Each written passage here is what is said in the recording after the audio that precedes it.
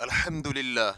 भूल चूक पर दरगुजर, बख्शिश, रहमत और मदद की दुआएं। रब्बना ला तुआखिजना इन नसीना औ अख्तअना रब्बना वला तहमिल अलैना इस्रन कमा हमलतहु अलल लज़ीना मिन क़ब्लिना रब्बना वला तुहम्मिलना मा ला ताक़त लना बिह वअफ़ु अन्ना वग़फ़िर लना वरहमना अंत मौलाना फंसुरना अलल कौमिल काफिरीन। ए हमारे रब, अगर हमसे भूल चूक हो जाए तो उस पर गिरफ्त न करना।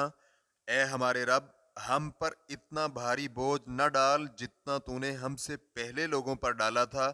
ए हमारे रब, जिस बोझ को उठाने की हमें ताकत नहीं वो हम पर न डाल। हमसे दरगुजर फरमा, हमें बख्श दे और हम पर रहम फरमा। तू ही हमारा मौला है, लिहाजा काफिरों के मुकाबले में हमारी मदद फरमा। फायदा। हजरत इब्न अब्बास रज़ियल्लाहु अन्हुमा से रिवायत है कि जिब्रील अलैहिस्सलाम नबी अकरम सल्लल्लाहु अलैहि वआलिहि वसल्लम के पास बैठे हुए थे कि अचानक उन्होंने ऊपर से ऐसी आवाज सुनी जैसी दरवाजा खुलने की होती है। तो उन्होंने अपना सर ऊपर उठाया और कहा, आसमान का ये दरवाजा आज ही खोला गया है, आज से पहले कभी नहीं खोला गया।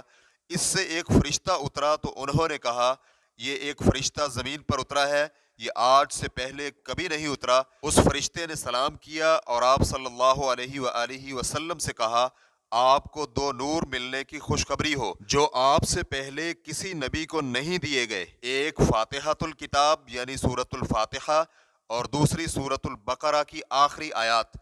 आप इन दोनों में से कोई जुमला भी नहीं पढ़ेंगे मगर वो आपको अता कर दिया जाएगा। रसूलुल्लाह सल्लल्लाहु अलैहि वसल्लम ने फरमाया, जिस शख्स ने सूरतुल बकरा की आखिरी दो आयत रात को पढ़ी तो वो उसके लिए काफ़ी हो जाएंगी। नबी अलैहिस्सलातु वस्सलाम को मेराज की रात जो तीन चीज़ें मिली उनमें से एक सूरतुल बकरा की आखिरी दो आयत भी हैं।